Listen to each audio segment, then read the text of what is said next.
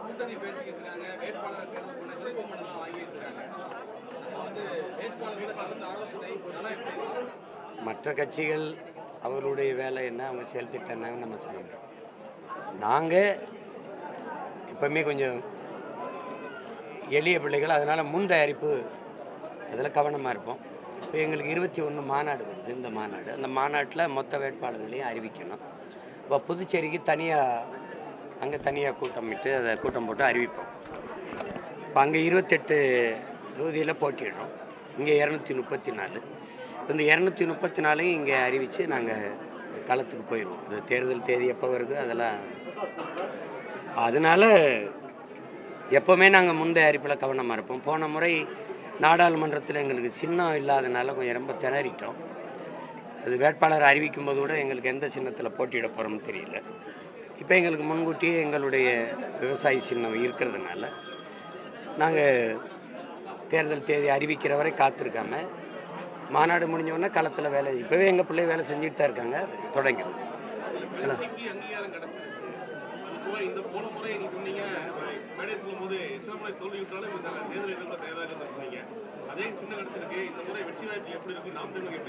இல்லை, எல்லா கட்சிகளுமே வெற்றிங்கிற இலக்கை நோக்கி தான் போகும். மற்றவர்கள் அடைகிற வெற்றிக்கும் கொஞ்சம் அமைதியாக இருக்கணும். கொஞ்சம் அமைதியாக இருக்கணும்.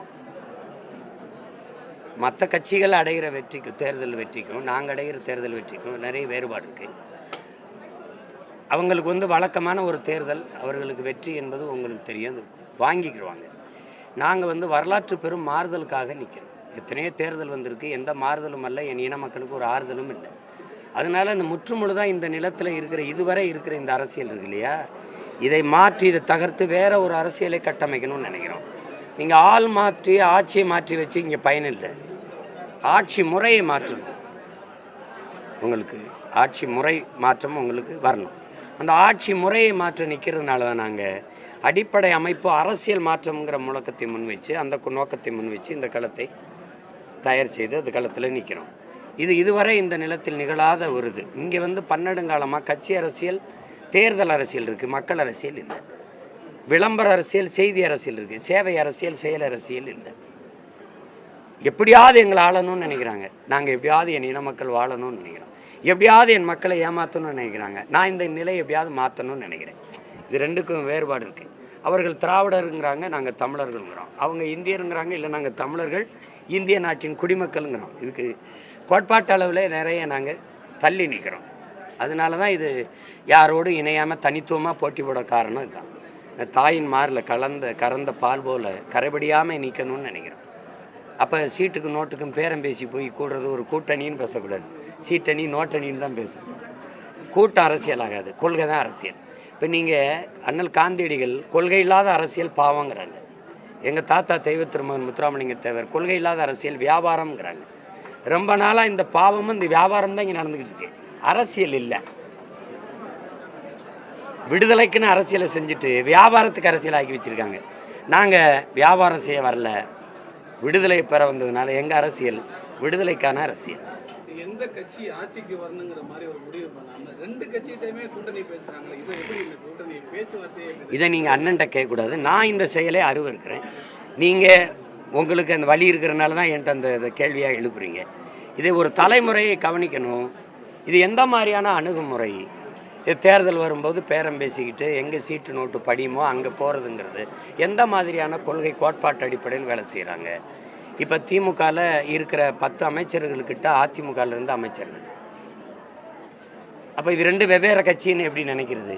போன தடவை இங்கே இருந்த அமைச்சராக இருந்தவர் இங்கே இருக்கிறார். உங்களுக்கு புரிதுன்னு நினைக்கிறேன். அப்போ எந்த கட்சி வந்தாலும் அந்த கட்சியில் போய் சேர்ந்து அங்கே அமைச்சர் பதவி அனுபவிக்கிறது வந்து அது பதவிக்கானதா, மக்களின் உதவிக்கானதா, அது பணத்துக்கானதா, இனத்துக்கானதா? அப்போ இது ரெண்டு வெவ்வேறு கட்சின்னு எப்படி இருக்கு? இந்த கட்சியிலேருந்து இந்த கட்சியில் கொள்கையில் மாறுபட்டு இருந்தால் எப்படி இந்த கட்சியிலையும் பதவி இந்த கட்சியிலையும் பதவியிலையும் இருக்க முடியும்? அப்போ இங்கே போய் சேரும்போது தாய் கழகம்ங்கிறீங்க, இது சேய்க்கழகம்ங்கிறீங்க.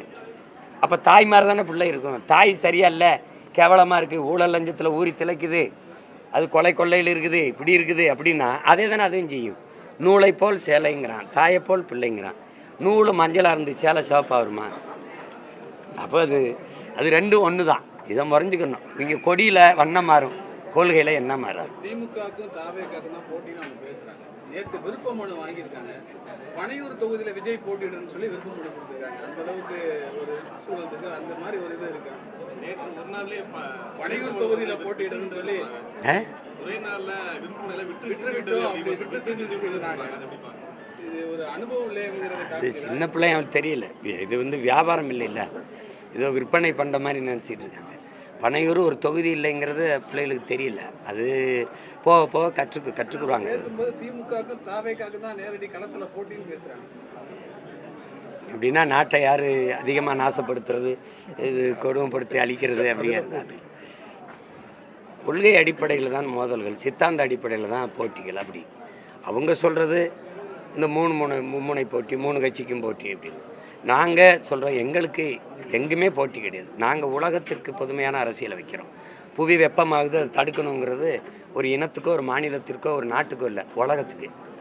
பருவநிலை மாறுது, காலநிலை மாறுது. காலநிலை மாற்றத்தால் பெரும் பாதிப்பு ஏற்படுது. 50 விழுக்காடு மக்களுக்கு உடலில் பாதிப்பு ஏற்படுது. இங்கே மருத்துவர் இருக்காங்க. இப்போ அப்படி வரும்போது இப்போ நாங்கள் வந்து 800 கோடி மக்களுக்கு 100 கோடி மக்கள் தான் குடிநீர் இருக்குது, கொஞ்சம் சேமிக்கணும் அப்படின்னு நினைக்கிறேன். நீங்கள் விற்கணும்னு நினைக்கிறீங்க, நான் சேமிக்கணும்னு நினைக்கிறேன்.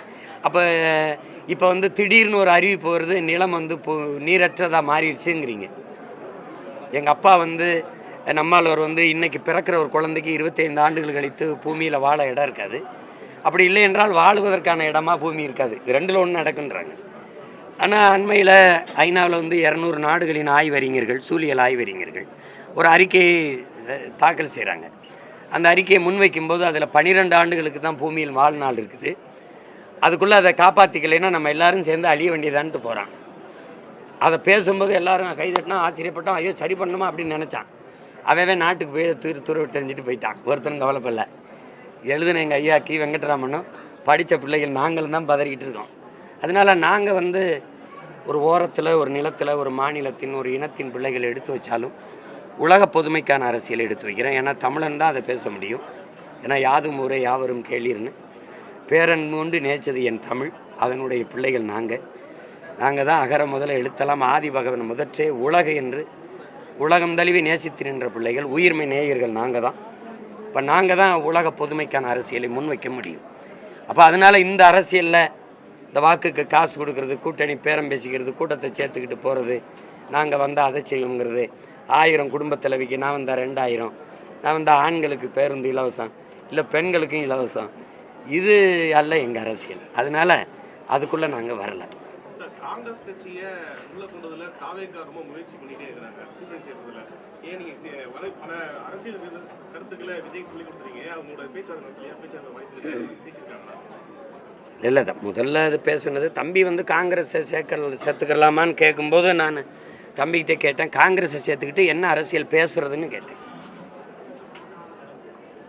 அவர் கவனிச்சார். அதை இப்போ எப்படி பேசுவீங்க? கச்சத்தீவுன்னு பேசுவீங்களா, இல்லை காவிரி நதிநீர் உரிமையை பேசுவீங்களா, இல்லை மீத்தேன் ஈத்தேன் நம்ம நில வளத்தை சுரண்டதுன்னு பேசுவீங்களா, கல்வி மாநில உரிமை அதை எடுத்துக்கிட்டு போனது எப்படின்னு பேசுவீங்களா, இல்லை சரக்கு மற்றும் சேவை வரி கொண்டு வந்தது யார், நீட்டை திணிச்சது யார், என்ஐஏ கொண்டு வந்தது யார், இல்லை நமது உரிமைகளெல்லாம் பறித்து மாநில உரிமையை கேட்டு நிற்கிறோம், மாநில உரிமைலாம் எடுத்துகிட்டு போனது யார்?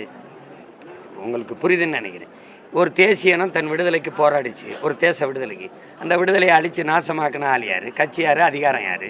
அப்போ அந்த கட்சியை சேர்த்துக்கிட்டு எந்த அரசியலை பேசுறது? இந்தி திணிப்பா, இந்தி எதிர்ப்பா, இந்தியை திணிச்ச மகான் யார்? எல்லாம் அவங்க தான். இப்போ மதவாதமா, பாரதிய ஜனதா மதவாதமா? சரி, மிதவாதமா காங்கிரஸ்? இடித்தது யார்? பாபர் மசூதியை. ஆர்எஸ்எஸ் பிஜேபி இடிக்க அனுமதிச்சது யார்? கொலை செய்கிறவனை விட அவன் குத்துறதுக்கு வசதியாக என்னை பிடிச்சிக்கிட்டு நின்னாம்பாரு, அவன் தான் பெருங்கொடுங்கொலை. அப்படி இடிக்க அனுமதிச்சது யார்? காங்கிரஸ். அப்புறம் என்ன பேசுறது சொல்லுங்க? விடுதலை பெற்ற இந்தியாவை 1/2 நூற்றாண்டுகள் ஆண்ட கட்சி இது, ஆட்சி இது. இந்த நாடு மீள முடியாத ஏழ்மை வறுமையிலையும் ஊழல் லஞ்சத்திலையும் ஊறி திளைக்குது. அதுக்கு காரணம் யார்? 196 லட்சம் கோடி கடனை தொடுது. இதுக்கு யார் பொறுப்பு இருக்கணும்? கடன் வளர்ச்சியே ஒரு நாட்டின் வளர்ச்சி. ஜிடிபி ஏறுது, எங்கிட்ட ஏறுது? நாட்டின் வளர்ச்சின்னு கடன் வளர்ச்சியை கட்டமைக்கிறீங்க நீங்கள். எல்லாவற்றையும் தனியாருக்கு தாரை வார்த்து கொடுத்து, தனியார் மயம், தாராளமயம், உலகமயம், இந்த பொருளாதார கொள்கையை ஏற்றுக்கொண்ட கட்சிகள் இது 2 கட்சியும் தானே.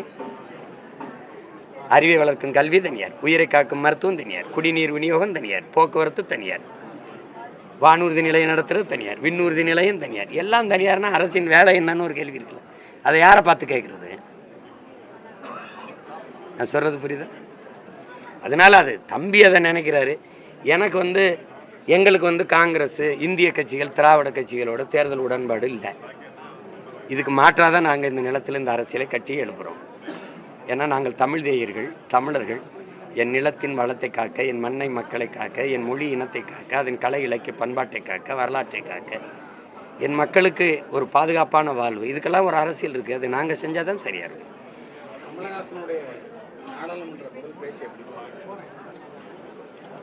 அது நான் கேட்டாலாம் நல்லா இருக்குன்னு தான் சொன்னாங்க. அண்ணன் நல்லா பேசினாருன்னாங்க. அது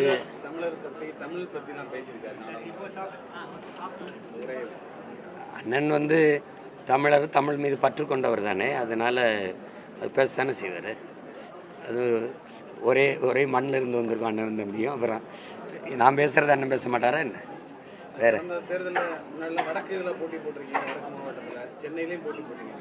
சொந்த மாவட்டங்களில் தென் மாவட்டத்துக்கு போக வாய்ப்பு இருக்கு. விளையாட்டு வீரனுக்கு முதல்ல இறங்கினான்னா, 3வது இறங்கினான்னா, 4வது இறங்கினான்னா, தெற்கென்ன வடக்கென்ன, போர் வீரனுக்கு எங்கேயும் போகிறது தான்.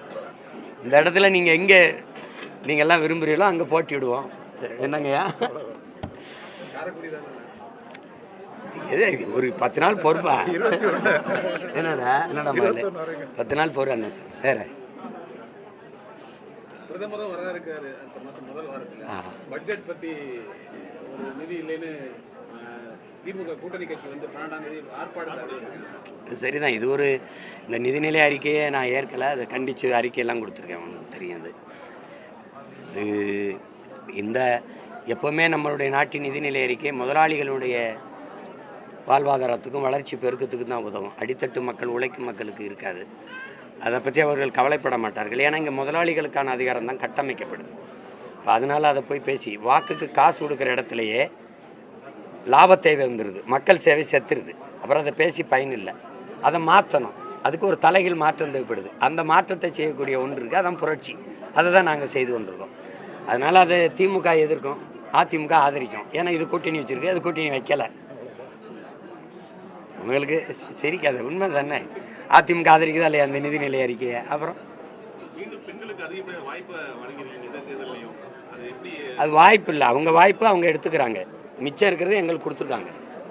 அதை போட்டு பாவம் பார்த்து எங்களுக்கு 117 இடம் கொடுத்துருக்காங்க. இது அவங்க இடம். அவங்களுக்கு உரிமைன்னு சொல்கிறதுக்கோ அதுக்கு உரியதுன்னு சொல்கிறதுக்கோ நான் யார் பைத்தியக்காரன்? அவங்க இடம் அவங்க எடுத்துக்கிறாங்க. எடுத்துக்கிறதுக்கான சனநாயகமும் அன்பும் பாசமும் இங்கே இருக்குது. அவங்க எடுத்துக்கிறாங்க. அவங்க எடுக்கும்போது என் மக ஓடி போய் வெற்றி கோப்பையை தொட்டால் நான் கைதட்ட மாட்டேன். அப்படி கைதட்டுறேன். என் தங்கை எடுக்கும்போது, என் தாய் எடுக்கும்போது, என் அக்கா எடுக்கும்போது, என் மகள் எடுக்கும்போது கைதட்டுறேன். அவ்வளோதான் நான் செய்ய முடியும். இதில் என்ன பெருமைப்பட இருக்குது? கடமை செய்கிறோம். வேற சிறப்பான திட்டம் இருக்கு. காசு மட்டும் இல்லை, ஏதாவது கொடுத்து விடு. என்னையா பணம் தான் இல்லை, அதை கொடுத்துரு. அதெல்லாம் நல்லா நடக்கும். வந்துருங்க அன்னைக்கு.